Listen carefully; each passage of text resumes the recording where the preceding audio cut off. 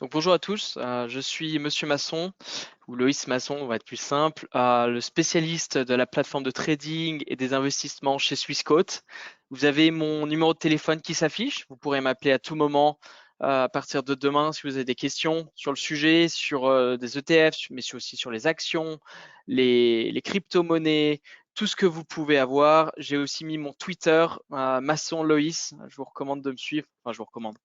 Vous pouvez me suivre si vous voulez avoir quelques idées de temps en temps. Mon adresse email qui, euh, qui s'affiche aussi. Vous pouvez m'envoyer des questions à tout moment durant le webinaire. Je vais les garder sous le coude et j'essaierai d'y répondre à toutes à la fin.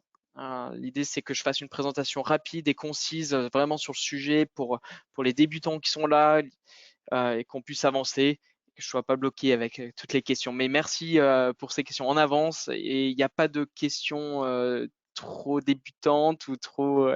Ne vous embêtez pas, même si vous avez aucune idée de ce que vous dites, c'est pas très grave. Il faut toujours commencer quelque part. Voilà. Alors, pour ceux qui ne connaissent pas, bon, je vais rester très rapidement. Swissquote, on est une banque, l'un des plus gros brokers de Suisse, j'ai envie de dire aussi.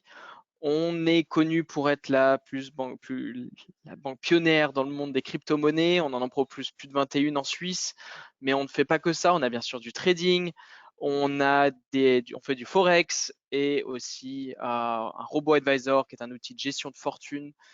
Vous pouvez me poser toutes ces questions. Je suis spécialiste sur tous ces produits, donc on pourra en discuter. Voilà. Alors. Ouais, je vais aussi rapidement d'abord dire qu'est-ce qu'on va faire aujourd'hui pour ceux qui viennent de se connecter. On va discuter voilà, des avantages et inconvénients des ETF.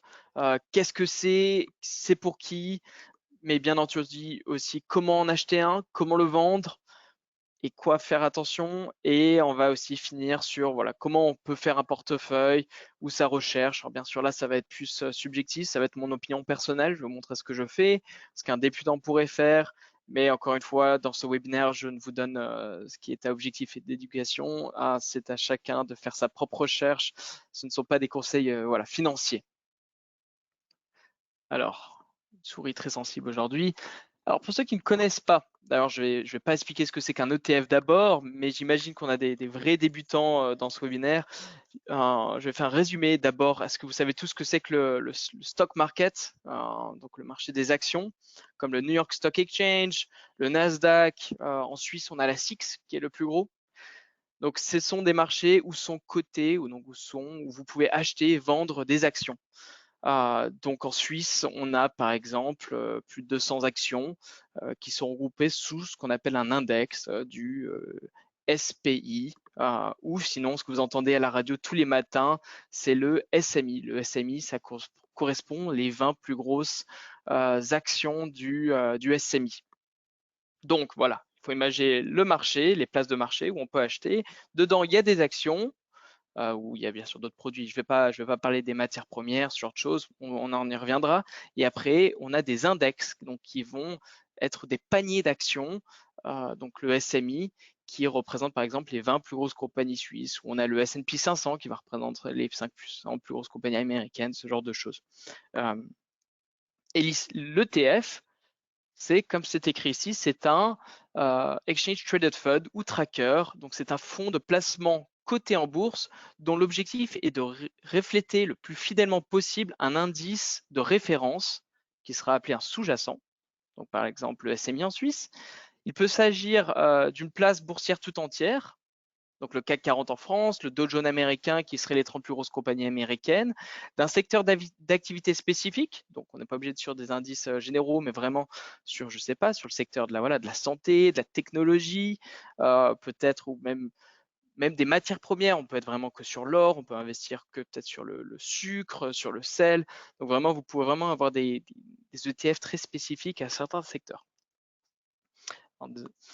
Voilà. Et quels sont les avantages principaux quand on est, surtout pour les débutants ou pas, hein, moi je me considère plus comme un débutant, mais j'utilise beaucoup d'ETF. L'idée, c'est que si on a, disons, un portefeuille on a 10 000 francs à investir, qu'on va investir sur le marché suisse, donc disons le SMI, pour être simple, qui seraient les 20 plus grosses compagnies suisses, on a la possibilité soit d'acheter chacune des compagnies individuelles, ou on va acheter un ETF qui va suivre le SMI. Par exemple, il y a le SMICHA et je vais vous montrer comment on peut faire des recherches pour trouver quel ETF il vous faut. Et l'idée, c'est que voilà, donc c'est 10 000 francs. Au lieu d'être investi sur une compagnie une par une, vous pouvez investir sur l'ensemble du SMI. L'un des avantages que tout le monde connaît, que si vous tapez ETF sur Google, vous allez voir, c'est que c'est pas cher d'en acheter. Alors, il y a des frais de transaction, mais c'est surtout les frais de gestion de chaque ETF. On parle en moyenne de 0,06, des fois 0,1, 0,2, mais en parallèle, par exemple, un fonds d'investissement ou si vous avez investi dans votre banque traditionnelle dans des fonds, regardez, c'est souvent 1,5% ou 2% de frais par an. Donc, c'est-à-dire que si vous investissez 10 000 francs dans un fonds, ils vont vous facturer, bon, c'est pris dans la performance, 200 francs par an. Alors que là, par exemple, si vous achetez, je vais vous montrer un ETF qui s'appelle le VT, qui est Vanguard Total World, lui, les frais dedans sont de 0,06. Donc sur 10 000 francs, on parle quoi de 60 francs. Donc c'est vraiment... non, pas vraiment. Ouais, à peu près. Donc c'est vraiment rien par rapport à l'ensemble des fonds que vous avez investis chez eux. C'est aussi, il y a pas mal de sécurité derrière, donc vous avez vraiment les positions. Donc, ces ETF sont faits par des sociétés de gestion comme UBS, BlackRock, Vanguard, pour citer. Mais même si ces compagnies font faillite, les actions qui sont dans ces ETF sont à vous. Donc, vous allez toucher des dividendes et vous n'allez pas perdre vos fonds si, disons, UBS fait faillite demain et vous avez investi dans un ETF d'UBS. L'un des plus gros avantages aussi, c'est la fluidité de ces ETF, c'est-à-dire que vous pouvez très facilement acheter, vendre des positions comme des actions d'ETF. C'est-à-dire que le matin, imaginons que vous voulez acheter le SMI, vous pouvez le faire, et si demain soir vous voulez le vendre, dès que la bourse est ouverte, vous pouvez le faire aussi. C'est comme acheter une action. Donc dès que la bourse est ouverte, entre 9h30 et 5h30 en Suisse par exemple, vous pouvez le faire. Et l'un des derniers points, c'est que c'est extrêmement transparent, donc dans le sens où vous pouvez voir exactement quelles sont les compositions de cet ETF. Qu'est-ce qu'il y a dans ce panier d'actions? Donc, si vous achetez le SMI, vous allez voir qu'il y a du Roche, du Novartis, du Nestlé, tout est public, vous pouvez voir ça par rapport à des fonds, des fois où c'est bien plus obscur. Voilà. Alors, voilà, qu'est-ce qui m'arrive avec ma souris? Toujours quelque chose, hein. Hop, non, je ne sais pas, j'arrive pas à passer au slide suivant, je m'excuse. Petit bug technique. Ça, je l'ai discuté, on va pas revenir. Voilà, donc rapidement, voilà, c'est bon, c'est ça que je voulais montrer. J'espère que ça ira mieux après. Les ETF, c'est pas nouveau, ça existe quasiment depuis 30 ans, mais ça a vraiment explosé dans les années 2007-2008. Aujourd'hui, on en trouve plus de 8000. Ben, il y en a 1500 qui sont cotés sur la SIX, c'est-à-dire que vous pouvez rien qu'acheter sur la SIX. Et ça, c'est important parce que je vais vous montrer au niveau des frais de transaction si vous achetez un ETF sur la SIX. Avec Swissquote, on est le leader des ETF en Suisse, c'est 9 francs la transaction, illimitée. Donc vous pouvez investir, disons, voilà, 10 000 francs, 5 000 francs, 1 000 francs, ça sera toujours 9 francs les frais. On voit que les ETF ont vraiment des fonds qui sont sous gestion qui explosent depuis chaque année. Donc c'est vraiment croissant. Aujourd'hui, je crois qu'il y a plus de 8 trillions qui sont gérés sous des ETF.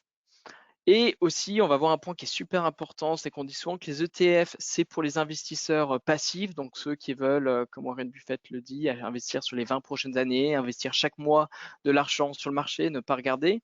Mais il y a beaucoup d'investisseurs actifs qui utilisent des ETF pour, par exemple, participer à certains marchés, ou vous pouvez même shorter le marché avec des ETF. Il y a plein de choses qu'on peut faire. Je vais vous montrer par exemple un petit ETF sur les énergies solaires, donc qui va regrouper un groupe de compagnies sur les énergies solaires. Donc vraiment pour participer à cette thématique, c'est tout à fait possible. On va trouver aussi des ETF, voilà, donc comme je disais tout à l'heure, sur des actions, sur des matières premières, sur des obligations d'État ou de compagnie. On peut même en avoir sur l'immobilier et très récemment sur les crypto-monnaies. Et on verra les frais, mais voilà, ça commence à 9 francs par exemple chez nous. Avant de vous passer sur la plateforme et vous montrer les choses peut-être un petit peu plus intéressantes, on va discuter une petite checklist. Alors, c'est pas forcément à suivre le point 1, 2, 3, mais ce sont des choses à penser quand quand vous allez investir sur des ETF. Juste rapidement voir s'il y a des questions, voir si tout le monde m'entend encore. Ouais, c'est bon, et encore des fois on m'entend pas bien. Alors, d'abord, c'est de voir votre stratégie d'investissement. Donc là, on va partir de l'hypothèse que vous avez jamais investi, que vous êtes débutant ou même que vous avez peut-être 45 ans et vous planifiez votre retraite. Quel est votre objectif? Donc sur combien de temps vous voulez investir? Et si vous imaginez un grand cercle, dans quoi est-ce que vous aimeriez être investi? Est-ce que vous êtes que sur le marché suisse, le marché américain, que en actions, avoir un petit peu d'immobilier, peut-être 10% d'or dans votre portefeuille? Ça, je vous montrerai à la fin, mais il y a plein de modèles pour trouver ça. Donc ça, c'est peut-être la première chose à voir. Le temps d'horizon aussi. C'est-à-dire sur combien de temps vous souhaitez investir. Donc, par exemple, si vous voulez acheter des ETF à dividendes, je vois qu'il y a beaucoup de questions là-dessus. Est-ce que ça fait du sens d'acheter un ETF à dividendes pour 2 mois? Je ne sais pas. Moi, dans mon opinion, je pense pas, mais c'est des questions à se poser. Aussi, le bon temps à investir, ça va être important parce que si vous investissez, par exemple, que euh, comment dire, voilà, que 100 francs, et ben, il faut faire attention aux frais de transaction qui peuvent être élevés. Donc, si on investit 100 francs, mais que les frais de transaction sont 9 francs, c'est énorme. Il faut mieux pas le faire. Il faut mieux attendre d'avoir 1000 francs dans son compte et après d'investir. Et c'est encore, ça va dépendre de quel ETF. Il y a certains paramètres aussi à prendre en compte. C'est par exemple, si vous voulez des ETF avec des filtres, par exemple, écologiques ou ce qu'on appelle ESG, environnemental, sociétal et gouvernemental, c'est-à-dire qu'ils vont prendre en compte peut-être des compagnies qui sont bien diversifiées, qui essaient de lutter contre le réchauffement climatique. Donc ça, vous pouvez mettre des filtres pour vraiment que si vous investissez par exemple dans l'indice des 500 plus grosses compagnies américaines, dans le S&P 500, que vous prenez peut-être que les 200 compagnies qui vraiment essayent voilà, d'avoir des normes écologiques et ainsi de suite. La monnaie aussi va être importante parce que vous pouvez investir en dollars, en euros, en francs suisses, en yens, en des trentaines de monnaies. Mais il se peut que si vous investissez dans une monnaie, disons que vous avez acheté du dollar l'année dernière, le dollar a perdu 25% par rapport au franc suisse. Donc, imaginons que vous avez acheté un ETF en dollars, l'ETF a gagné 25%, donc le marché américain a pris 25%, mais si la monnaie a perdu 25%, ben, vous retrouvez avec zéro gain. Donc ça, c'est important. Et c'est important d'être diversifié peut-être aussi sur ces monnaies. Mais nous, étant en Suisse, je recommanderais, de mon point de vue personnel, d'avoir une grosse partie de son investissement quand même en francs suisses, car c'est une monnaie qui est assez stable et qu'on a vu qui est résiliente, qui prend pas mal de valeur quand toutes les autres monnaies chutent. Voilà, investissement récurrent, j'en ai discuté aussi. Voilà, est-ce que vous voulez aussi investir chaque mois, chaque 2 mois, chaque 6 mois? Donc, par exemple, moi j'ai ma femme qui investit chaque 2 mois sur le même ETF jusqu'à avoir 50 000 francs dans cet ETF, disons, c'est un exemple, et qui après investirait dans un autre, mais elle ne s'embête pas à regarder le marché tous les jours, elle juste rajoute. Il y a des gens qui font ça. Le point 2, choisir son ou ses indices. Donc ça va revenir au point qu'on va discuter avant. Donc c'est est-ce que vous voulez investir par exemple sur le marché suisse? Est-ce que vous voulez investir sur le marché américain? Qu'est-ce qui fait le plus de sens pour vous en fonction d'où vous êtes basé? Et après, ben, bien sûr, il y aura des points qui sont peut-être plus spécifiques à votre ETF, c'est-à-dire vous pourriez par exemple être important de voir ben, je m'excuse, je m'embrouille d'un petit peu. L'objectif d'un ETF, quand j'ai écrit qualité de réplication, c'est pas de battre un indice, donc ça va pas être de battre le SMI, ça serait un fonds. Un fonds, vous allez payer un gestionnaire de fonds qui va essayer de prendre plus de risques éventuellement, qui va essayer de battre le marché. Mais là, c'est vraiment de le répliquer. Donc on ne cherche pas à le battre ni à le sous-performer. Donc il faut voir si on le réplique bien avec le temps. Il faut regarder les coûts, combien l'ETF vous coûte. En général, c'est pas cher, mais c'est mieux de trouver le moins cher, comme d'habitude. Et le dernier point, c'est peut-être un petit peu plus technique, c'est le volume, c'est-à-dire est-ce qu'il y a vraiment beaucoup de gens qui achètent cet ETF, qui le vendent. Je vous montrerai comment on peut les trouver. Voilà. Pour ceux qui sont arrivés en retard, je vois qu'on est 2 fois plus que le début. Je vous laisse On va repartir. On va aller dans la plateforme et je vous laisse rapidement noter mon nom, mon numéro de téléphone ici et éventuellement mon Twitter. Vous pouvez m'ajouter. Euh,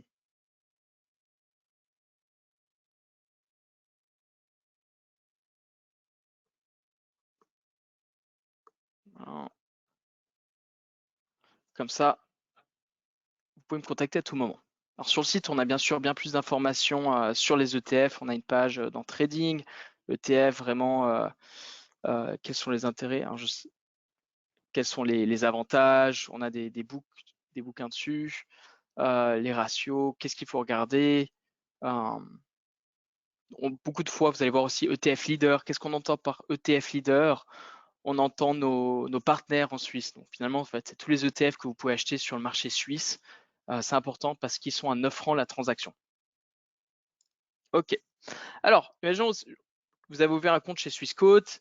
Vous allez sur marché et cotation tout d'abord. Là, c'est la page que je vous recommande d'ouvrir tous les jours.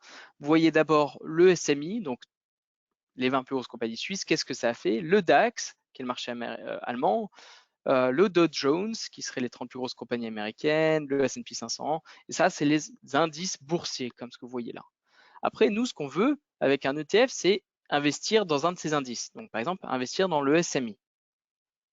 Donc, pour faire ça, vous pouvez bien sûr sur Google, et je vais vous montrer comment vous pouvez faire des recherches.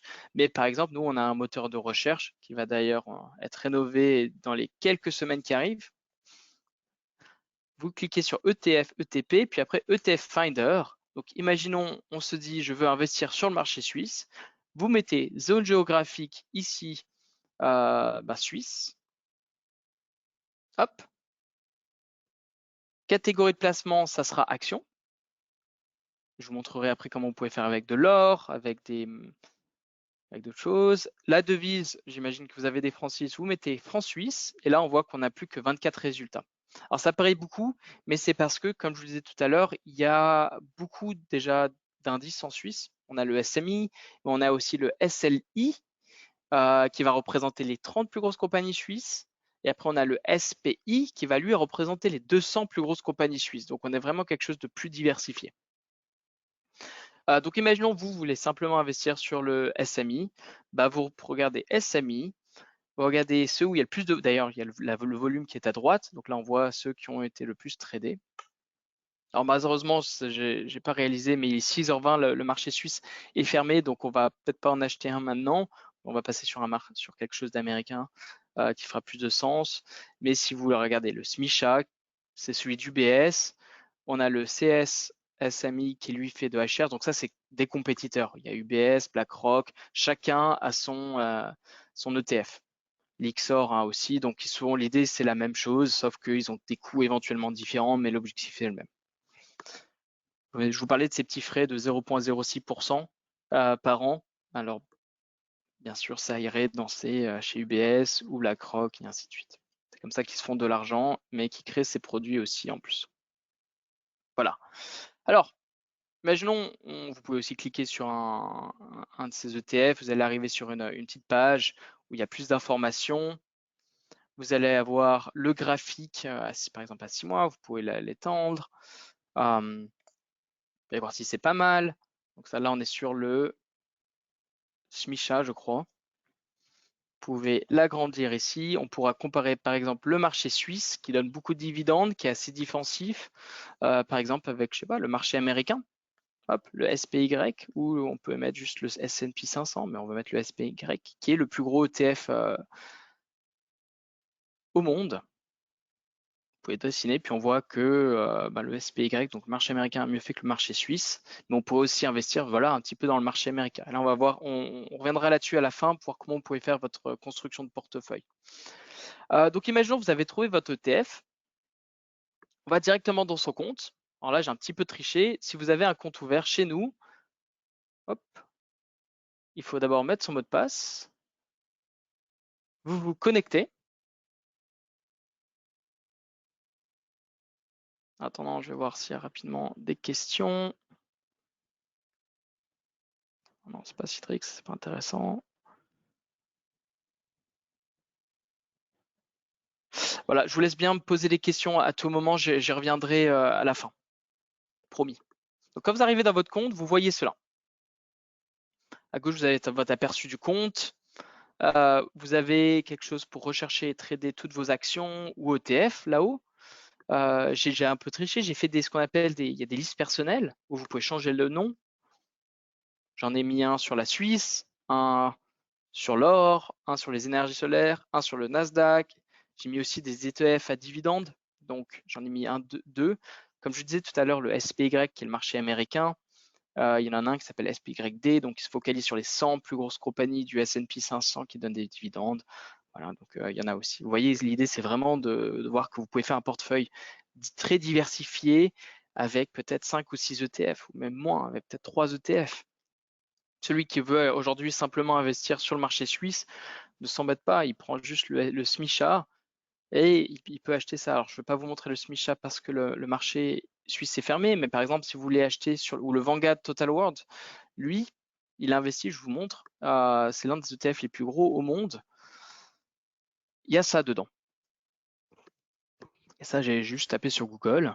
On a 60% dans ce Vanguard Total World, le symbole c'est VT, 60% des compagnies qui sont aux États-Unis, 16% sur l'Europe et aussi des pays émergents. Ce qui est intéressant, il y a dedans 9045 actions. C'est quasiment impossible à battre en termes de diversification. Vous voyez aussi combien il y a de fonds dedans, quasiment 64 milliards de capitalisations boursières de compagnies, donc pas besoin d'aller jusque loin. Mais on peut aussi voir les frais, c'est ça que je voulais vous montrer. Les frais quand on investit dedans, on parle de 0,08. Donc si vous achetez dans un fonds traditionnel, on parle de 2%. C'est énorme par rapport à 0,08. Là, je vous laisserai regarder cette petite chose. Donc imaginons que vous voulez acheter le VT, investir là-dessus, ou le SPY, qui serait les 500 plus grosses compagnies américaines. Vous cliquez sur Trade. Il y a toujours quelque chose à accepter. Vous dites je confirme, je signe. Alors ça, c'est au début, c'est quand on commence, on doit accepter ces termes et conditions. Et après, on arrive sur ce carré. Ce carré, ça va être la même chose quand on achète et quand on vend des positions. Donc c'est important de le voir là parce que ça sera toujours la même chose pour ceux qui l'ont jamais fait. D'abord, c'est la première étape, c'est transaction. Donc on met bien acheter. Un jour, ça sera vendre. Là, on laisse acheter. D'ailleurs, là où on voit le dernier prix qui a été payé, le prix qui est demandé et le prix qui est vendu. On voit qu'il y a juste 1 centime, même pas de différence, une variation de 0,09, ce qui est rien, et avec des volumes assez hauts. Donc vous pourrez acheter ça à tout moment. Imaginons que vous voulez investir 2000, donc lui il est aussi en dollars, donc c'est important de savoir. Si vous n'avez pas de dollars dans votre compte, vos francs suisses vont être échangés automatiquement en dollars. Vous n'avez pas besoin de s'embêter de cette partie. Donc vous avez vos quantités. Imaginons que vous voulez investir 2000 francs dedans. Vous mettez, donc ça vaut 100. Donc vous faites 100 fois 20 à peu près, ça, voilà, ça fait 2080. On verra le montant estimé et les frais approximatifs ici. On reviendra sur les frais à la fin du webinaire, sur les frais de transaction, mais pour être simple, tout ce qui est ETF sur le marché suisse, on parle de 9 francs. Après, donc quantité, vous mettez ce que vous voulez. Le type d'ordre, il y en a 4 parce que c'est une action américaine. Je peux si vous avez des questions sur les types d'ordre aussi plus intéressantes, encore une fois, notez mon numéro de téléphone ou mon email et je vous enverrai le guide d'utilisateur avec vraiment toutes les explications en approfondi. Vous pouvez aussi bien sûr aller sur Google pour cela, mais de manière générale, il y en a 2 qui sont très simples. Le premier, c'est marché. Donc vous prenez, ça sera le dernier prix demandé que vous allez acheter. Vous vous embêtez pas. Surtout si c'est pour le long terme, autant mettre marché. Et après la validité, ça sera aujourd'hui, donc ça passera aujourd'hui. Ou vous faites limite. Alors moi, je fais beaucoup d'ordres limite. J'aime bien ça parce que limite, c'est par exemple, vous dites voilà le TF vaut 103, mais vous vous dites que vous voulez l'acheter à 95, vous mettez un ordre limite 95. Donc ça veut dire qu'il y aura une chute de 10%. Et là, vous pouvez mettre une validité, par exemple, sur jusqu'à 1 an. On pourrait le mettre jusqu'au 31 janvier. Voilà, on lui met à 95. On prépare l'ordre. Là, on me dit que j'ai un solde négatif en dollars, c'est normal parce que j'ai pas de dollars, j'ai que des francs suisses, mais mes francs suisses vont être transférés. On ferme, l'ordre est ouvert, on le voit, on a ce petit message qui apparaît. On le voit ici, dans vos ordres, il va apparaître. Vous pouvez toujours le modifier si jamais, avec ce petit stylo. Vous pouvez toujours cliquer sur ordre, modifier, changer, l'adapter, mettre un ordre marché, et ainsi de suite. Ou simplement le supprimer. Si vous n'avez plus envie d'investir, vous pouvez le supprimer. D'ailleurs, là, dans ce carré, on voit toutes vos monnaies, Beaucoup de gens me demandent où est-ce que je vois mes monnaies. Ben, vous voyez ici, tous nos comptes sont multi-devises, c'est-à-dire sont en francs suisses, euros, dollars. Vous pouvez rajouter du yen, et toutes les autres monnaies que vous pouvez imaginer. Et vous pouvez en acheter les vendre en cliquant aussi sur ces flèches, mais c'est pas le sujet aujourd'hui. Est-ce qu'on peut, je vais faire un petit peu d'analyse technique après, mais on pourrait regarder peut-être, qu'est-ce qu'on pourrait regarder? Ah oui, l'or, par exemple, voilà, donc imaginons que vous voulez acheter un peu d'or. Là, on a l'ETF de la Banque cantonale de Zurich, qui est en physique, donc c'est-à-dire qu'il y a vraiment de l'or derrière. Vous pouvez acheter celui-là, le ZGLD, mais il y en a plein d'autres, je vais vous montrer. Et là, en cliquant sur ces deux petites flèches, on a le graphique qui s'ouvre. Je suis désolé, je suis un petit peu vite, c'est parce que ça fait 30 minutes qu'on parle et que j'aimerais aller vraiment aux questions. Donc là, on voit comment on peut aussi faire un peu d'analyse technique un peu plus approfondie. Vous pouvez vraiment voir le graphique ici. Vous pourriez mettre vraiment un historique, je ne sais pas, peut-être de 3 ans sur l'or. C'est vrai que depuis 3 ans, l'or ne fait que monter. On peut regarder d'ailleurs rapidement que si on met entre les points ici et ici, qu'on a vraiment aussi, on pourrait acheter de l'or éventuellement à chaque fois que ça touche cette ligne. Donc c'est ce qu'on appelle des zones de support pour ceux qui ne connaissent pas. Ça, c'est plus de l'analyse technique, mais c'est vraiment fun à faire, je trouve, dès qu'on commence à faire. Donc on voit bien clairement que l'or se base entre ces deux lignes. Donc en théorie, on pourrait acheter à chaque fois que ça touche là et vendre quand ça touche là. On va acheter ici, revendre ici, et ainsi de suite. Alors bien sûr, ça c'est un peu plus, on est déjà plus dans le trading, c'est pas moins l'investissement long terme, mais bon, c'est à faire, pourquoi pas. Donc là, on est éventuellement dans une zone d'achat pour l'or. Et d'ailleurs, ici, vous pouvez comparer avec différents index, aux différentes actions. On pourrait comparer l'or à Tesla, parce que beaucoup de gens aiment, ou Apple. Apple qui est bien plus dans les nouvelles en ce moment avec tout ce qui s'est passé aujourd'hui. Donc quand on met Apple, on a beaucoup de compagnies qui apparaissent. Il faut trouver Apple sur le Nasdaq. Alors j'ai un souci de clavier. Pourquoi est-ce qu'on ne le trouve pas? Alors, si je ne le trouve pas, je vois pas comment est-ce que vous le trouverez. Pourquoi on n'a que des obligations d'État? Très bizarre. Bon, bon, allez, on va mettre Amazon par exemple. On va comparer Amazon avec l'or.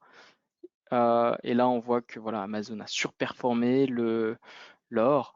Mais on pourrait aussi comparer Amazon, donc peut-être l'une des compagnies les plus révolutionnaires, avec simplement voilà, le SPY, donc qui serait les 500 plus grosses compagnies américaines. Et là, on va voir le graphique du S&P 500 qui est en bleu. Je vais retirer Amazon parce que Amazon, c'est quand même quelque chose d'un peu stratosphérique. Imagine, parce que c'est quand même compliqué de dire que si on aurait investi sur Amazon, bien sûr, on serait tous milliardaires, mais pour être honnête, c'est compliqué de voir ça, surtout quand on n'est pas dedans tous les jours. On peut voir par exemple le SMI, le SPY a surperformé l'or voilà, sur les 20 dernières années. On peut voir que ça explose. Mais du coup, c'est bien quand même d'avoir un peu des deux, parce que des fois, quand le marché, on l'a vu récemment avec le coronavirus, que quand le marché des actions a chuté, l'or a vraiment pris une bonne valeur.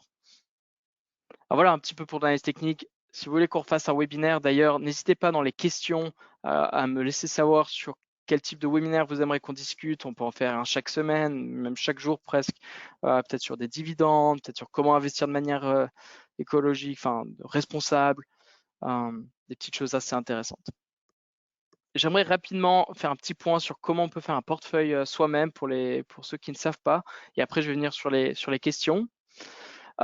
Il y a plein de théories, il n'y a pas un portefeuille idéal parce qu'on a tous une situation financière qui est différente, on a tous une expérience aussi différente et des montants différents à investir. Mais de manière générale, je vais prendre le cas que, je sais pas, disons qu'on est en Suisse, donc on est payé en francs suisses. Imaginons que vous voulez investir sur le marché, donc d'avoir pas mal de francs suisses dans votre portefeuille. Ben là, ça peut être intéressant d'avoir des actions suisses, donc soit d'acheter des actions suisses ou des ETF suisses comme SMICHA ou d'autres. On pourrait trouver, il y a aussi le SLICHA, donc SLICHA, qui représente les 30 plus grosses compagnies suisses. Donc ça, on pourrait faire une grosse partie de notre portefeuille qui représente peut-être 20 à 40% de son portefeuille. Et après, si on ne veut vraiment pas s'embêter, on peut mettre peut-être les 60% derniers qui restent dans le Vanguard Total World qui va investir vraiment dans les 1900 compagnies, même plus, pardon, qu'est-ce que je vous ai dit tout à l'heure? J'ai déjà perdu dans les 9000 plus grosses compagnies dans le monde, donc vraiment quelque chose qui va juste suivre l'économie globale. On peut regarder d'ailleurs son graphique, voilà, sur les 5 dernières années, on voit que ça monte tranquillement mais sûrement, d'une manière assez exponentielle récemment. On pourrait même avoir 10% d'or, on pourrait rajouter un petit peu d'argent. Là, je vous ai rajouté un ETF sur le Nasdaq, par exemple. Le Nasdaq, c'est, comme je vous l'ai dit tout à l'heure, c'est les 100 plus grosses compagnies technologiques américaines. Donc, le plus connu s'appelle le QQQ. Comme on l'a fait tout à l'heure, si vous voulez acheter, vous mettez simplement la quantité, donc ça vaut 336. Donc, par exemple, vous voulez investir 3000 $, 3000 francs, vous mettez 336 fois 10, hop, la limite, à combien vous êtes prêt à payer, puis préparez l'ordre. Voilà. On a des ETF à dividendes, mais on a bien sûr des choses bien plus spécifiques, des ETF par exemple sur la Chine. Il y a des portfolio builders aussi, ce qu'on appelle donc des constructeurs de portefeuilles. Là, je suis sur celui de BlackRock. BlackRock, c'est tout ce qui fait les iShares, les ETF iShares, c'est un de nos partenaires. Donc ça, c'est pour leurs clients américains, mais il faudrait l'adapter pour la Suisse. Donc ça, c'est juste un exemple. Chez eux, vous dites simplement, par exemple, quel type de risque vous souhaitez prendre. Est-ce que vous voulez être plutôt conservateur ou plutôt agressif? Et en fonction, ils vont vous proposer voilà, un cercle de mettre voilà, 30% par exemple chez eux, 31% simplement dans le S&P 500. Donc avec leur ETF qui s'appelle IVV. Et voilà, vous pourrez presque faire un portefeuille bien diversifié en suivant cette répartition. Donc si on avait imaginé 100 000 à investir, on peut mettre OK, 30% là-dedans, 30% dans les petites compagnies américaines, 20% dans le MSCI World, c'est-à-dire les compagnies vraiment globales, et avec un petit peu d'obligation d'État, c'est-à-dire de la dette. On verra que ça change. Il y a vraiment leur symbole ici. Donc, si vous voulez, par exemple, acheter le IVV, vous pouvez simplement copier-coller ici. Vous prenez IVV. Vous allez chez Swissquote.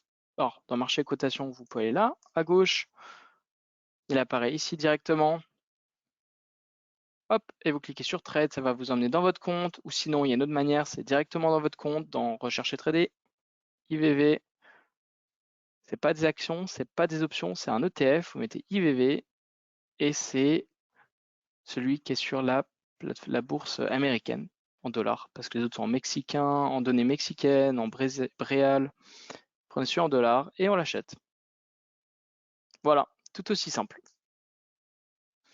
Il y a bien sûr, il y a bien sûr aussi des choses plus simples. Il y a Ray Dalio qui est l'un des investisseurs les plus connus aux États-Unis, qui a fait un portefeuille qui s'appelle ça All Weather.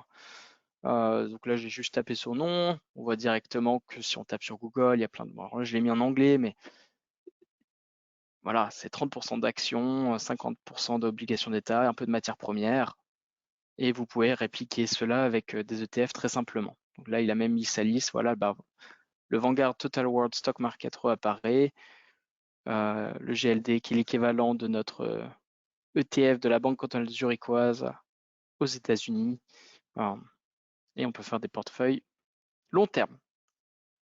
Un dernier petit point, et je passe aux questions, ça sera sur les thèmes trading. Parce que les thèmes trading, ça ressemble extrêmement aux ETF, sauf que ce sont des certificats, donc c'est pas éventuellement la même sécurité. Mais l'idée, c'est d'investir justement sur des thématiques. Donc autant un ETF est très diversifié et c'est sympa parce qu'on peut simplement investir sur le marché en général. Donc par exemple, là, on a le Swiss Bliss qui va lui investir quand on clique dessus, on voit bien on l'a sorti il y a une semaine, donc il a déjà fait 3,8, 7% depuis le 5 mai, non, depuis le 11 mai. On a une belle description et en bas, vous allez voir toutes les compagnies qu'il y a dedans. Donc on voit Swisscom, Nestlé, Roche, et avec la pondération, c'est-à-dire quel pourcentage il y a dans l'ETF dans le certificat, le thème trading qui est ici. Donc si vous achetez ce thème trading avec le symbole SWISLK qui vaut 26 francs, vous aurez 5% de vos fonds investis dans Swisscom, dans la Baloise et ainsi de suite. Et ça, il y a des algorithmes qui sont chez nous qui vont faire un rebalancement de ce portefeuille. Donc j'ai une question qui est revenue souvent, je l'ai vu, c'est que il y a des compagnies qui, imaginons Swisscom fait faillite, Swissquote ne fera plus partie de cet ETF et on le sortirait aussi avant pour pas que la chute de Swisscom impacte tout le portefeuille. Voilà. Mais il y en a, donc la Swissbiz, bon, c'est très connu, mais un que beaucoup de gens aiment beaucoup, c'est par exemple, c'est sur où nos investisseurs apprécient beaucoup, sur le recyclage mondial ici, les batteries, qui est assez intéressant. On sait qu'on aura besoin de plus en plus de batteries, ou simplement peut-être sur l'hydrogène. On va le voir, il est dans dans les technologies, révolution 5G, cybersécurité. On voit comment on pourrait faire un petit portefeuille assez rapidement. Reprise post-pandémie. Inflation trade, on parle beaucoup d'inflation, c'est pour qu'il y ait des investisseurs un peu plus aguerris ici. Si vous voulez jouer l'inflation, vous pouvez investir dans cet ETF qui est un mélange de matières premières et voilà d'immobilier, matières premières et d'obligations d'État, qui devrait bien faire si l'inflation arrive. Voilà, l'hydrogène était sous mes yeux, je m'excuse, je ne l'ai pas vu. Il est là. Là, on voit justement la performance de cet ETF à hydrogène en vert comparé au S&P 500. Donc, si vous avez investi dans le SPY qu'on a vu tout à l'heure, représente les 500 plus grosses compagnies américaines, vous aurez bien moins fait que celui qui a investi dans l'hydrogène. Mais on voit que celui qui investit dans l'hydrogène, c'est plus spécifique. Donc, il y a moins de compagnies dedans. C'est bien plus volatile aussi, c'est-à-dire que ça va bouger bien plus que celui qui investit dans le S&P 500. Mais avec qui dit plus de risques, dit éventuellement plus de rendement aussi. C'est le but. On est tous là aussi pour faire un peu d'argent. C'est pas, faut pas se voler la face. Et on aime le risque. Enfin, certains aiment le risque. D'ailleurs, même principe, vous pouvez voir, voilà, l'idée c'est qu'au lieu d'investir sur une compagnie qui travaille dans l'hydrogène, bah, on prenne un panier de compagnies qui travaillent dans ce secteur. Comme ça, on augmente ses chances de gagner sur le long terme. Voilà. Écoutez, c'était un peu tout ce que je voulais vous montrer. On va passer maintenant aux questions. N'hésitez pas à me les poser. Juste, je vais rapidement remettre mon email pour ceux qui doivent y aller. Si jamais ce webinaire il sera mis sur YouTube demain, donc n'hésitez pas à m'ajouter sur Twitter Masson Loïs ou sur LinkedIn aussi. Je mets pas mal d'informations sur ou par mon email. Voilà, on reste simple. Et moi, je suis passionné de ça, donc je regarde la télé allumée avec CNBC, je regarde ça tout le temps, mais pour d'autres, c'est un monde obscur. Alors, on va venir aux questions. Je l'ouvre. Alors, première question, existe-t-il des ETF typés dividendes? Oui, tout à fait, il y en a beaucoup, beaucoup. Tapez simplement, moi je vais toujours sur Google, où il y a des sites comme Juste ETF. Vous mettez ETF dividende. Après, bah, comme on a vu tout à l'heure, c'est ce que vous voulez sur le américain, S&P 500, est-ce que sur le SMI, bah, vous pouvez mettre SMI par exemple. Et là, vous aurez une grosse liste d'ETF qui va apparaître. La thématique de la disruption pour les ETF a-t-elle de l'avenir sur le long terme? Qu'est-ce que vous entendez par disruption? Nicolas, je ne suis pas sûr de comprendre. Quelqu'un d'autre me demande BlackRock ou UBS. BlackRock, c'est le plus gros, c'est le leader. J'aime bien passer par eux, mais bon, vaut mieux, ça fait pas une grosse différence pour être honnête. Existe-t-il une ETF sur les terres rares? Bien sûr, et d'ailleurs on a un thème, nous, on a un thème trading pour Pierre sur les métaux rares. On va le trouver dans l'industrie, je crois. Métaux rares, ici. C'est le seul qui est en négatif ce mois-ci, mais bon, on voit que celui qui investit sur le long terme, c'est quand même le top. Dedans, on a vraiment toutes les compagnies qui travaillent là-dessus. Et au lieu de s'embêter à en choisir une par une, bah, autant prendre cet ETF, ce certificat. Une autre question, quelle est la différence entre un ETF et un produit structuré? Alors un ETF est un produit structuré pour moi. Donc c'est plutôt, il y a différents types de produits structurés. C'est juste. Après les produits structurés, on aura des ETF. D'ailleurs, je n'en ai pas parlé, mais il y a des ETF qui vont shorter le marché, c'est-à-dire qu'on peut faire l'opposé que le marché fait. Je pense au SDS. Non, c'est pas celui-là. Je vois toutes les notifications des gens qui m'ajoutent sur LinkedIn. ETF, le SDS, lui, il fait ultra short le S&P 500, donc il fait x1 ce que le S&P 500 fait. Alors bien sûr, le S&P 500, je parierai pas contre sur le long terme parce que bon, on l'a bien vu que parier contre le marché sur une longue période, c'est pas le bon plan. Mais sur le court terme, on peut voir on peut avoir des pics assez intéressants.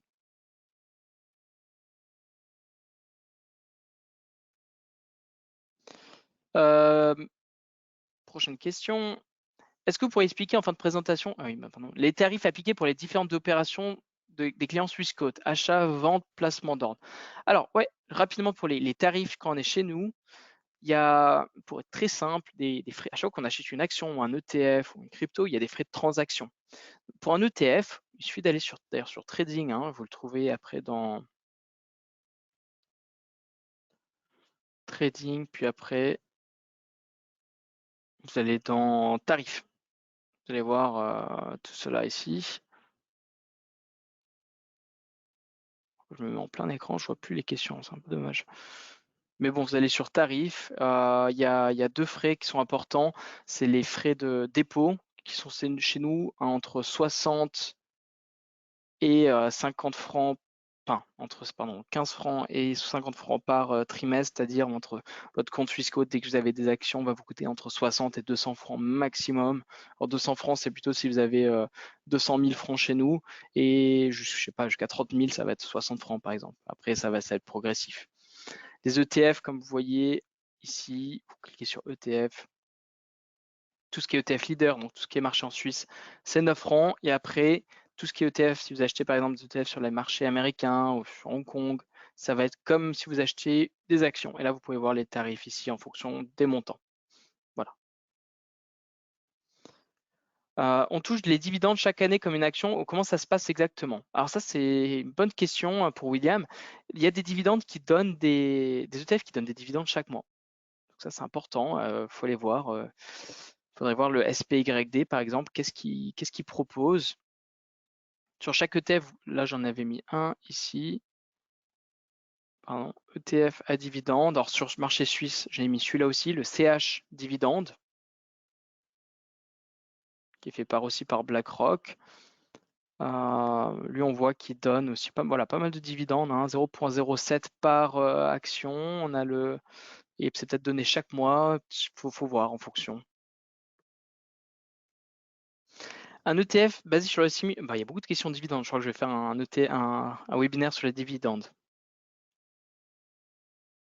Un ETF, donc je vais quand même lire la question. Un ETF basé sur le SMI distribue-t-il des dividendes?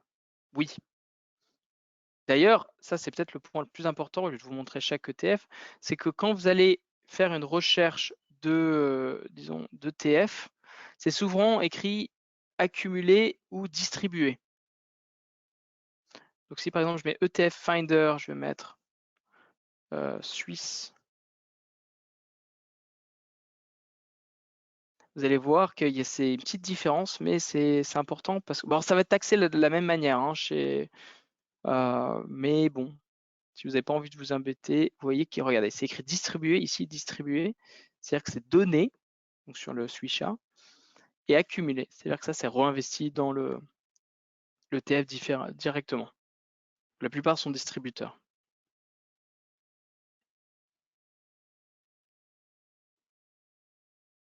Ok. Quelle est la principale différence avec un fonds de placement traditionnel? Un fonds de placement traditionnel avec un ETF, alors je suis désolé, je fais les questions depuis le début, donc je vais peut-être expliquer après. C'est qu'un fonds de placement, on a un gestionnaire de fortune qui va essayer de battre l'indice. Alors que là, l'idée, c'est vraiment de répliquer l'indice. On ne va pas essayer de le battre. Ce qui dit qu'il y a un fonds de gestion va éventuellement prendre plus de risques ou va pas forcément surperformer l'ETF. Et d'ailleurs, vous pouvez regarder ça sur Internet, mais 90% des ETF en général battent les fonds qui sont sur ces indices parce qu'il y a moins de frais. Il ne faut pas le dire aux gestionnaires de fortune ou de fonds qui m'écoutent. Est-il possible de refinir? Oui, les webinaires vont être mis demain sur YouTube. Quels sont les horaires de trading pour ces ETF? Pour Caril, ça va dépendre. Alors, si vous achetez un marché, ça va dépendre sur quelle bourse ils sont. Donc là, vous le voyez. Quand on va cliquer sur un ETF, on va voir sur quelle bourse il est disponible. Donc, si on va prendre celui que je vous parlais tout à l'heure, le CHSPI, par exemple, qui va investir dans les 200 plus grosses compagnies suisses. il sera lui sur le SMI. Voilà, segment SMI. Mais bien sûr, on peut après on peut faire plus de recherches, je vais aller sur le marché de la SIX, mais on peut en avoir si vous en achetez un maintenant sur le S&P 500, donc si vous achetez par exemple le SPY, qui est le plus connu au monde, le marché américain est ouvert et je crois vu qu'on a 6 heures de décalage, il va fermer ce soir vers 10 heures. ETF, SPY, alors bien sûr, il faut faire des recherches un peu plus avancées. D'ailleurs, quand on écrit SPY, vous voyez tous les ETF en fonction de chaque marché. On pourrait mettre d'abord le New York Stock Exchange. Et là, voilà. D'ailleurs, on a des ETF qui vont plus se concentrer sur les compagnies à valeur, d'autres pour tous ceux qui me demandaient sur les dividendes. Voilà, le SPY dividende, le traditionnel, celui qui va se concentrer sur les compagnies à croissance. Et là, bien sûr, vous pouvez bien sûr comparer les deux. Donc, par exemple, ça sera intéressant de voir la croissance. Est-ce que la croissance fait mieux que ceux à valeur? On va regarder. Donc là, j'ai mis celui à croissance. Je vais le comparer avec celui de la valeur. On va mettre quoi sur un an? Allez, sur un an, qu'est-ce qui a mieux fait? Croissance ou valeur? C'est pareil, quasiment pareil. À un moment, la croissance a mieux fait, mais après, les valeurs ont rattrapé. Et si on met sur maximum, qu'est-ce qu'on voit? Ah non, il y a des soucis techniques là sur maximum. On va mettre peut-être depuis 2013.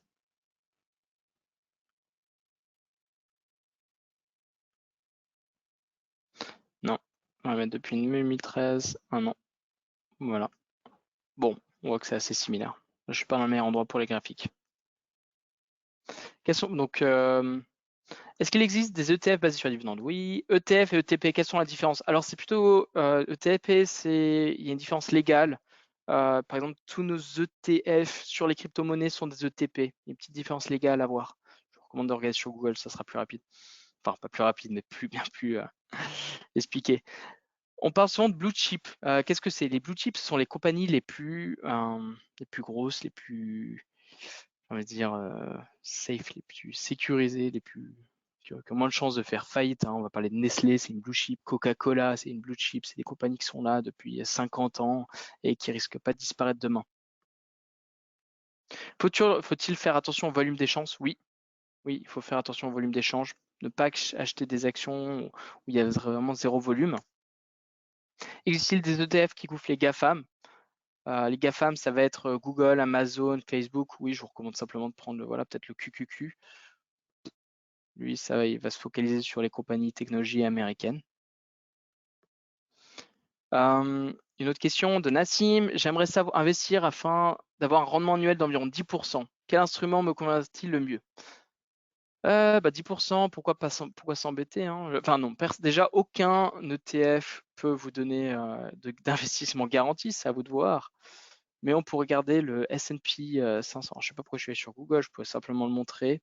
Mais on peut regarder le S&P 500, donc le marché américain sur 20 ans. Vous voyez les performances et d'une manière annualisée, on est à peu près entre 7 et 8%. Donc on se rapproche des 10%. Voilà pour Nastil. Faut-il faire du dollar cost averaging? Alors du cost averaging, ça c'est quelque chose qui est très intéressant que j'aime beaucoup faire. Imaginons, on veut investir 10 000 francs sur le Nasdaq. Le Nasdaq, je vais aller dans le compte de trading, c'est plus cool. Je vais mettre le graphique ici. Le Nasdaq, donc les 100 plus grosses, ça on est plutôt dans la stratégie d'investissement long terme. Et c'est pareil sur une action. Voilà ce que je fais. On va montrer le Nasdaq.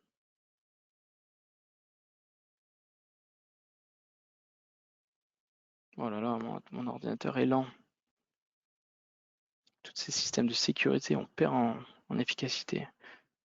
Voilà, on va mettre le Nasdaq sur maximum, depuis 2018. Bon, c'est QQQ. Celui, il peut investir chaque mois, hein. Il y a toujours des nouveaux records d'ailleurs. Mais c'est vrai que quand il y a des chutes, c'est important, moi je trouve, de rajouter plus de fonds que d'habitude parce que on fait une sorte de moyenne de coût. Mais c'est vrai que si vous investissez chaque mois dedans, vous avez celui qui a investi ici et celui qui a investi ici, se retrouve, on fait une sorte de simple moyenne, on se retrouve au milieu. Mais l'idée, c'est que, je sais pas, on peut pencher à des compagnies comme Beyond Meat ou si vous voulez avoir une grosse position dès que ça chute, vous rajoutez un petit peu dedans, ce qui baisse votre coût d'entrée. Je ne trouve pas quelqu'un qui me demande le sucre ou le sel, en effet. C'est plus compliqué, il faut passer par des mini futurs ou il y a certains ETF qui vont les inclure sur les matières premières. Mais on peut en discuter pour la personne qui m'a demandé ça. Encore une fois, notez mon email et je vous montre comment on peut le trouver. C'est quoi la différence entre un ETF basé sur le CMI de l'UBS et un ETF similaire d'une autre institution? Alors ça, c'est Gabriel qui me demande aussi les désavantages. Donc comme je vous l'ai expliqué, Gabriel, c'était pour... Il faut voir en fait quelle va être la compagnie la plus solitaire et le plus important pour moi, c'est le prix.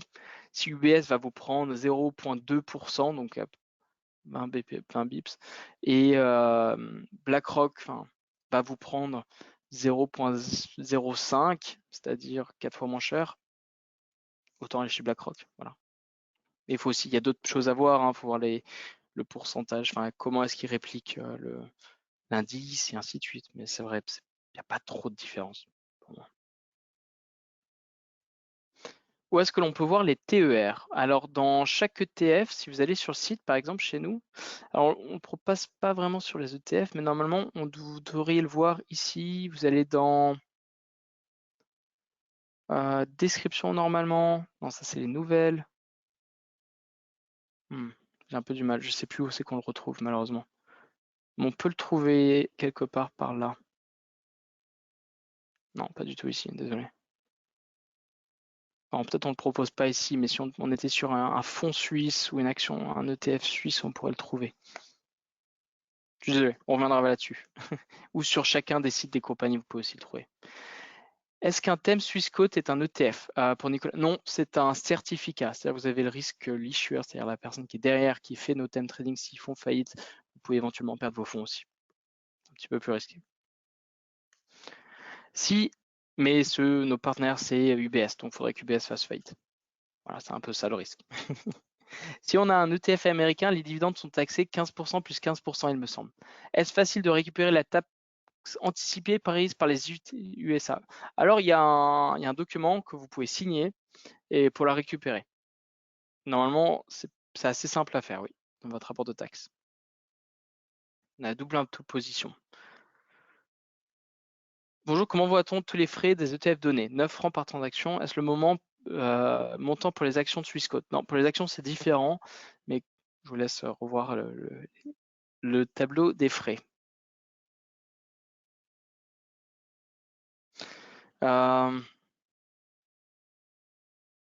Si jamais je vais mettre ce webinaire sur YouTube pour tous ceux pour Peter qui me dit que son ordinateur a fait faillite et qu'il ne pourra pas revoir. Ah, vu que le TER est plus élevé pour les hedged, c'est-à-dire qu'il y a des ETF, en fait, on va essayer de compenser la perte, la dévaluation d'une monnaie. Donc, on va essayer de faire c'est bien plus technique. Mais d'habitude, les ETF hedge, c'est pas un bon plan sur le long terme parce qu'on va perdre en performance. Je les achèterai pour investir, par exemple, sur le marché américain. J'achèterai en dollars, le marché suisse, en euros. Voilà, ça fait une double diversification de ces monnaies aussi.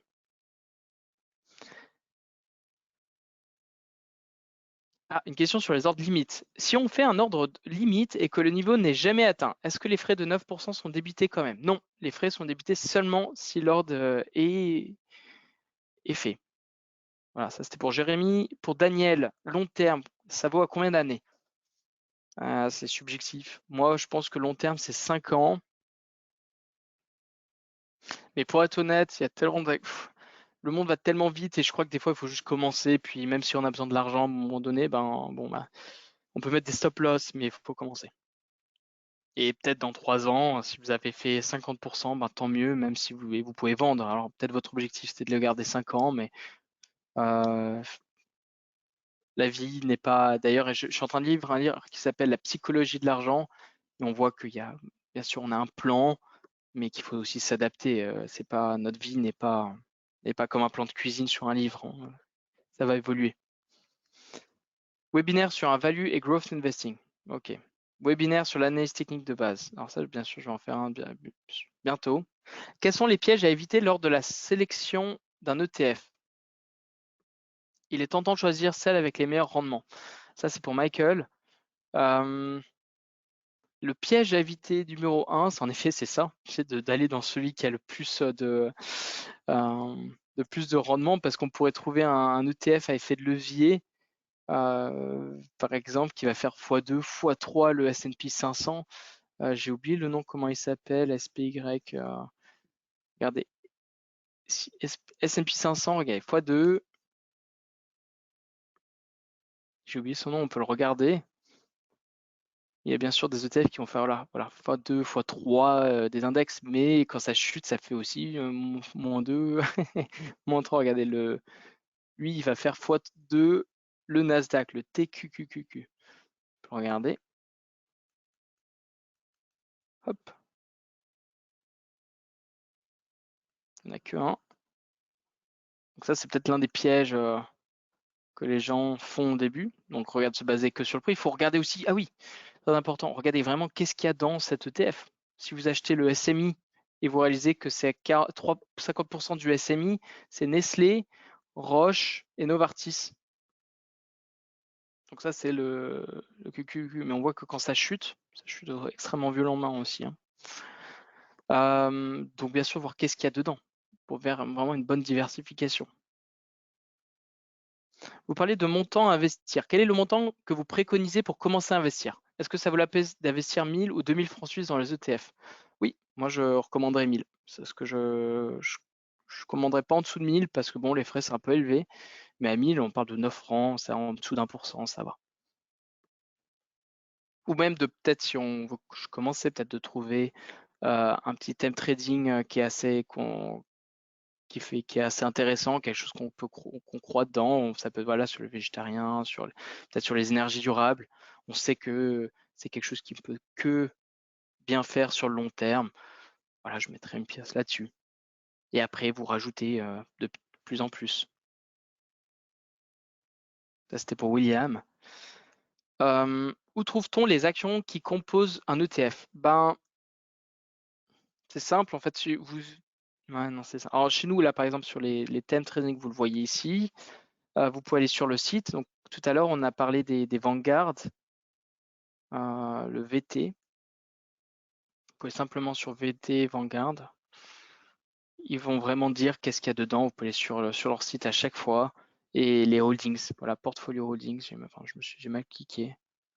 Et là, vous pourrez voir qu'est-ce qu'il y a dedans. Regardez, holdings.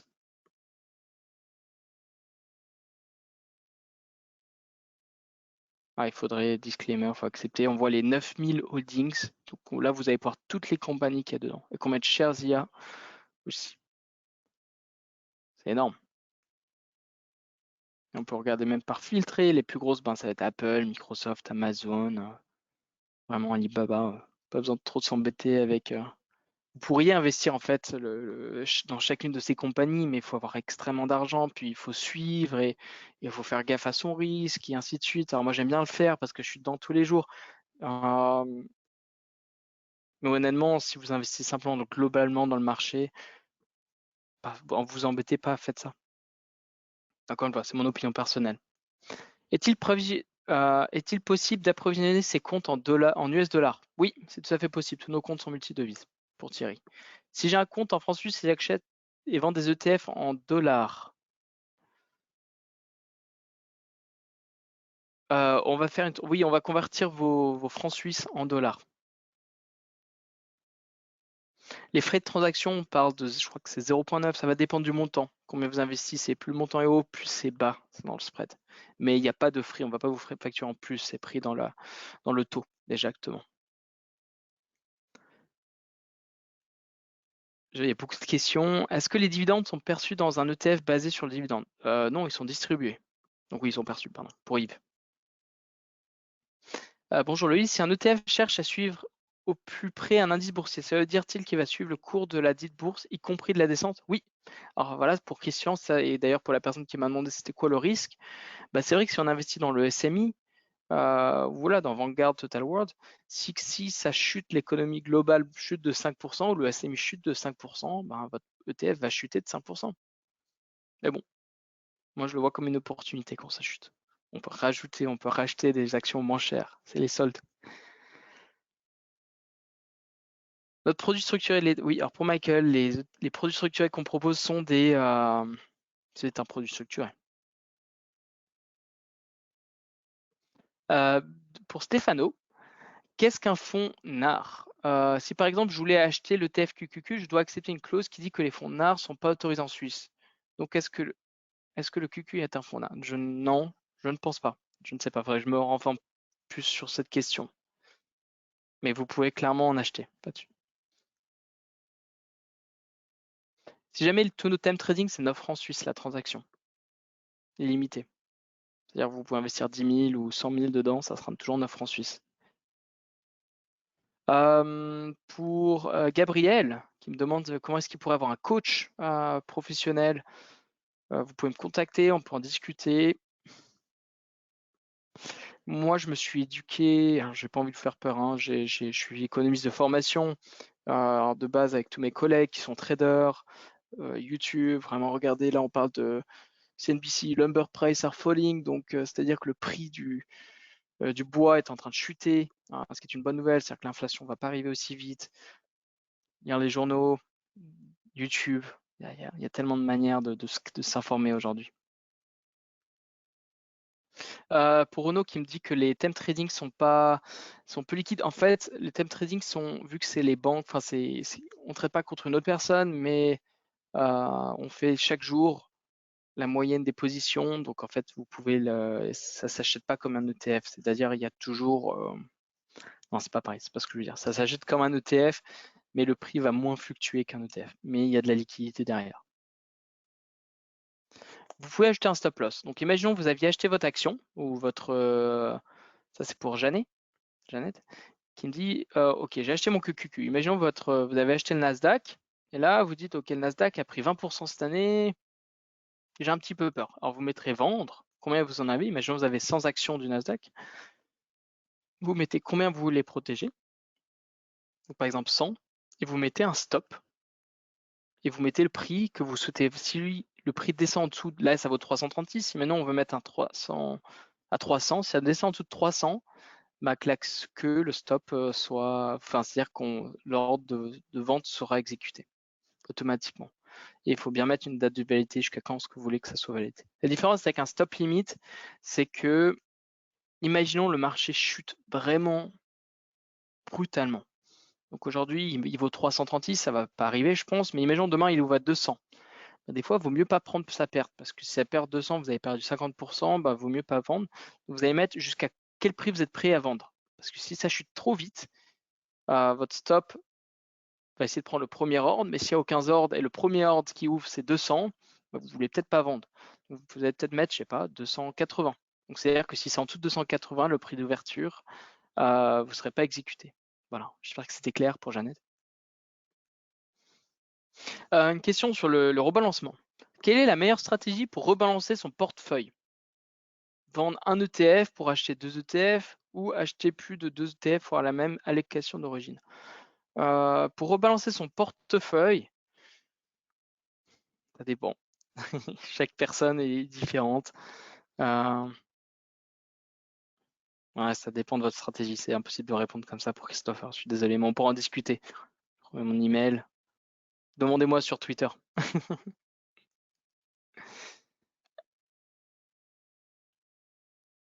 Ah, pour Nicolas qui est revenu vers moi tout à l'heure. La disruption désigne le bouleversement d'un marché sur lequel les positions sont établies avec une stratégie inédite.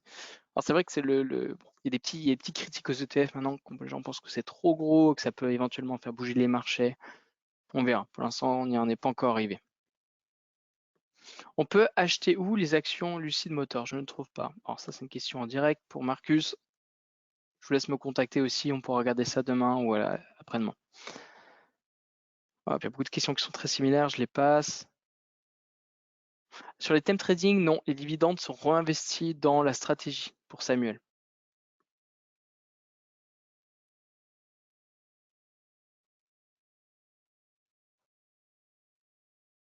Il vaut mieux prendre un ETF qui distribue ou accumule les dividendes. Patrick, personnellement, moi j'aime bien les ETF qui qui donne du dividende. J'aime bien recevoir du cash et c'est assez jouissif. Et puis aussi, on peut le réinvestir déjà. Et de toutes les, vu que c'est taxé de la même manière, je me dis toujours que si ça chute et j'ai reçu beaucoup de dividendes, je peux racheter la même chose à un prix moins élevé. Les frais de dépôt, est-ce que c'est pour chacun des comptes ou le montant total sur les comptes en devise? C'est pour chacun des comptes. Pour Anne qui me repose la question pour les ETF distributeurs, c'est-à-dire que les ETF sont donnés ou accumulés, c'est-à-dire qu'ils sont réinvestis directement dans l'ETF. Vous le voyez dans chaque ETF. Ah, j'ai plus le mot, mais c'est écrit. Pour les gens comme Simon qui me demandent si on pourrait faire un webinaire sur la lecture et l'analyse graphique, j'aimerais vraiment en faire un. Le problème, c'est que je suis pas très bon, mais on va essayer d'en trouver un. D'ailleurs, il y a ceux de Vincent Gann sur la page YouTube suisse qui a été fait hier. Je trouve qu'il est pas mal. Mais lui aussi, bon, il est peut-être un peu plus technique. Ouais, on peut essayer. On peut essayer de faire ça ensemble. Peut-être faire des YouTube live déjà. Puis essayer d'apprendre ensemble, faire une petite communauté. ETF Finder, alors moi j'utilise sur Google, sur YouTube, qu'est-ce que je raconte, sur Swissquote, mais vous pouvez utiliser Google. Bien sûr, vous pouvez utiliser tous les sites que vous pouvez connaître. Il n'y a pas de souci avec ça. Comment obtenir un classement des 10-20 meilleurs ETF Europe, France, Suisse ou monde? Alors c'est simple. Écrivez simplement la question meilleur ETF 2020, 2021 et vous allez le trouver sur Google. Pour le coup. Pour Alain qui me cherche un ETF sur le cobalt, bah, on peut essayer de faire ça ensemble. On peut aller sur ETF Finder. Vous mettez catégorie de placement. Alors, je suis pas sûr qu'on aurait cobalt ici, pour être honnête. On a les matières premières, platine, argent. On va peut-être aller dans métaux, les paniers métaux, ou sinon Google, ETF, cobalt. J'en ai trouvé un qui était assez intéressant sur ce qu'on appelle, ce qui est dans les batteries. J'ai oublié le nom. Mince. Voilà. Top 9 métal ETF sur le cobalt. Donc vous pourrez en trouver ici. Qu'est-ce qu'on met dans les batteries de... C'est pas l'hydrogène, c'est du... Ah, ça me reviendra. Du lithium. Il s'appelle LIT, l'ETF, et c'est top. Voilà, donc encore une fois, imaginons que vous vous dites, j'aimerais investir comme sur le cobalt ou le lithium, ou je ne sais pas quelle va être la prochaine, quel métaux rare va être super utilisé. On se dit, ok, j'ai besoin de... Les véhicules électriques, on en a besoin pour les batteries, on a besoin de lithium. Je pourrais bien sûr acheter les véhicules électriques ou, mais je ne sais pas quelle compagnie prendre, ou sinon on va prendre les métaux qui sont derrière, qui seront utilisés dans chacun des véhicules électriques. Super, ça peut être une bonne idée.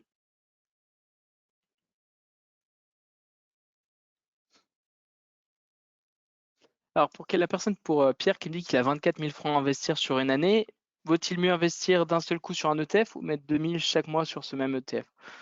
Moi je mettrais, encore une fois, chacun a une stratégie différente, mais je pense petit à petit c'est peut-être que c'est quand même un peu mieux. Faire différents types d'ordres limites éventuellement au cas où ça chute. Si demain le marché chute de 20%, on sait que historiquement on a une correction chaque année sur les marchés. Donc pourquoi, regardez, on va regarder le S&P 500. On voit que on va mettre ce graphique du S&P 500. On voit que vraiment que chaque année, depuis l'histoire de tous les temps, on a une chute, une correction, c'est-à-dire de 20%. Donc on peut voir que voilà, on a eu en mars l'année dernière, on a eu en septembre. Alors bien sûr, ça fait que monter.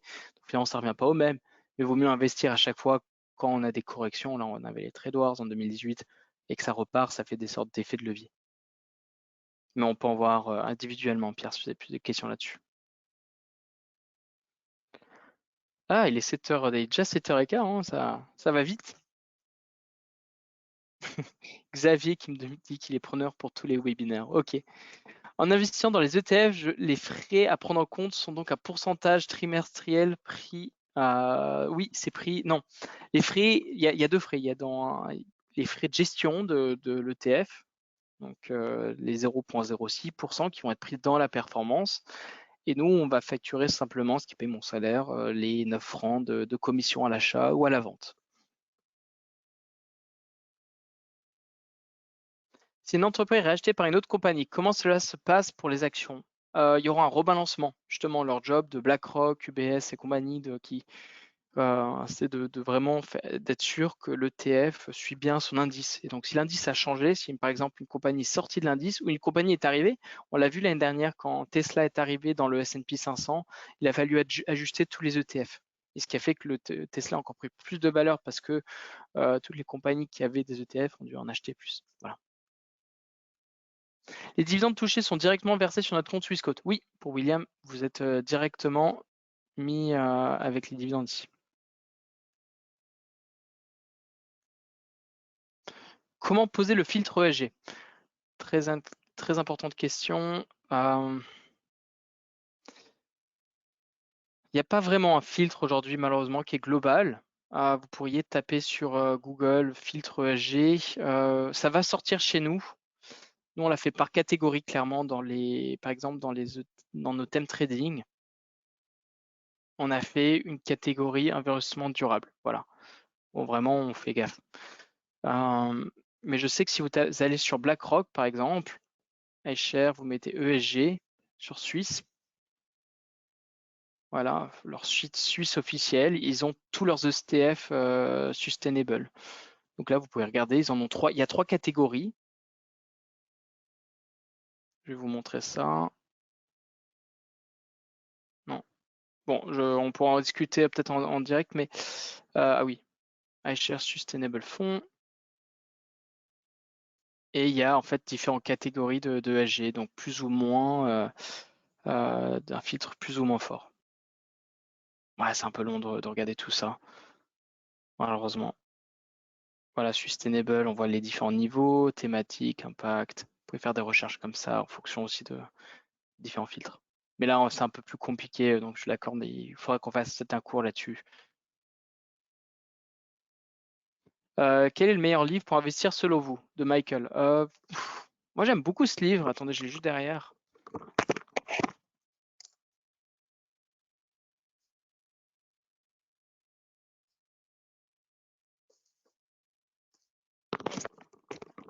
Alors, c'est pas pour commencer à investir, mais il y a celui de, je sais pas si on va voir la caméra, il s'appelle Invested, Investir de Phil Town. Excellent livre, vraiment pour voir le début de comment on peut créer son portefeuille. Et là, je suis aussi en train de lire la psychologie de l'argent. Alors, je fais pas de la pub pour ces livres, de Morgan Roussel, qui est assez chouette parce qu'il voit vraiment que finalement, l'argent, les investissements, c'est quelque chose qui existe depuis des millénaires et c'est peut-être la seule chose où on n'a pas une recette. On ne sait pas exactement qu'est-ce qu'il faut faire. On est tous là aujourd'hui encore essayer d'apprendre, de battre le marché, de suivre qu'est-ce qui se passe. Il n'y a pas une recette qui suit. On ne sait pas qu'est-ce qu'il faut faire vraiment et s'il faut s'adapter. Voilà, donc c'est plutôt. Ah oui, bah merci. Je viens de voir toutes les questions sur lithium. Donc on arrive vers la fin, hein. Le thème trading voilà, sur la crypto sur YouTube. Pourquoi y a-t-il autant de différences de prix sur un ETF qui suit le même indice? Par exemple, le S&P 500, on trouve certains à 350 et d'autres à 20. Alors, il faudrait que je voie les deux exemples. Mais l'idée, d'habitude, par exemple, le SMICHA, qui vaut 120, l'idée, c'est que ça vaut 1 centième de l'indice.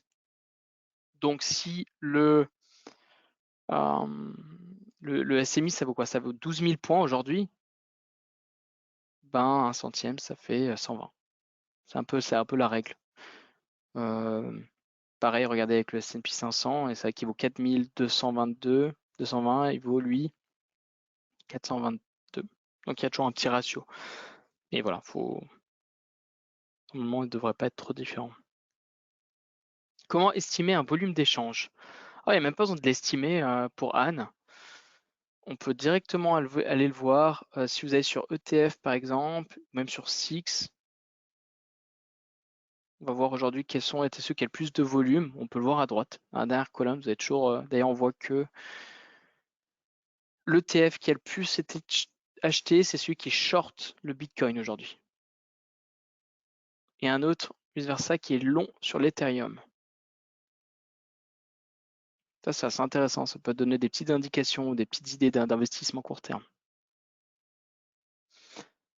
Pour ceux qui doivent y aller, n'oubliez pas, ça sera mis sur YouTube ou encore une fois, prenez mon numéro de téléphone, mon email et on se recontacte.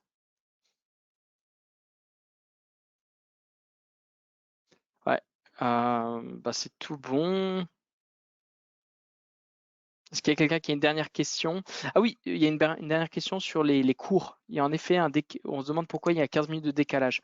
Il y a en effet, quand vous regardez le cours d'une action, il y a toujours 15 minutes. C'est parce qu'on n'est pas connecté en direct avec l'échange. Donc au moment de faire la transaction, vous aurez le prix direct, mais sinon, il y aura toujours 15 minutes de décalage à peu près. Voilà, peut-être quelqu'un a une dernière question. Ça va faire 1h20 qu'on est dans ce webinaire. Vous êtes encore 65 de connectés. Oh, c'est-à-dire que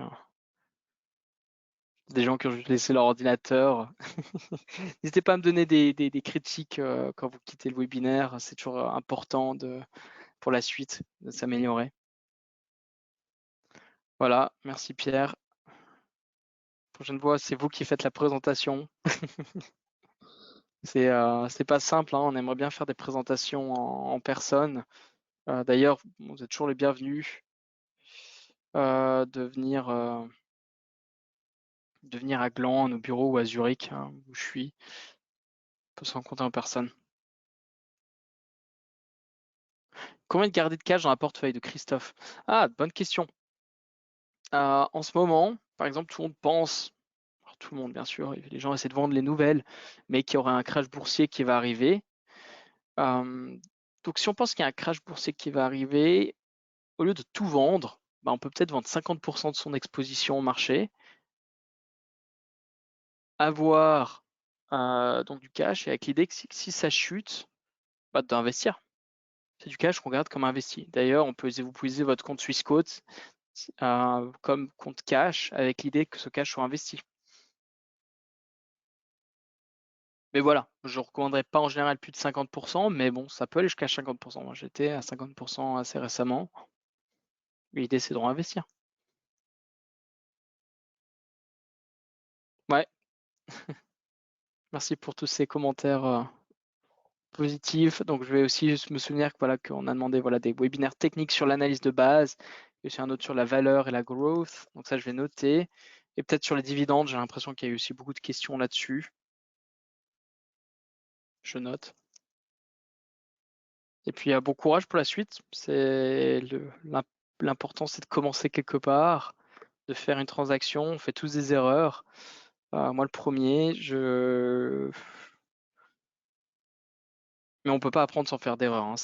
Bien sûr, vous m'écoutez parler, mais vous verrez que quand le marché chute, il y aura de la panique, il y a le côté émotionnel à gérer. Son plan ne suit jamais la lettre finalement. Et ça vient justement avec du temps. Et quand on voit que des gens sont devenus millionnaires et milliardaires récemment avec les crypto-monnaies, faites gaffe à ce genre de choses. Ne tombez pas dans ce qu'on appelle la FOMO, la fear of missing out. Suivez votre plan. Il y a beaucoup de scams aussi qui sont dehors. Beaucoup de gens qui vont vous proposer d'investir pour vous, de vous rendre milliardaire. Moi, j'en connais qu'un qui a fait ça, qui est décédé récemment, c'était Madoff, hein, qui a promis 15% de retour par année à ses clients. Ça n'existe pas. Le meilleur investisseur sur Terre, qui est Warren Buffett, qui investit lentement, mais sûrement sur le futur. Euh, il a fait entre 10 et 15% par an, mais pas plus. Voilà, donc celui qui veut faire 50%, c'est pas possible. Alors, c'est possible sur une année, hein, un petit coup de chance, mais voilà. Faire ça chaque année, croyez-moi, vous serez dans les journaux partout.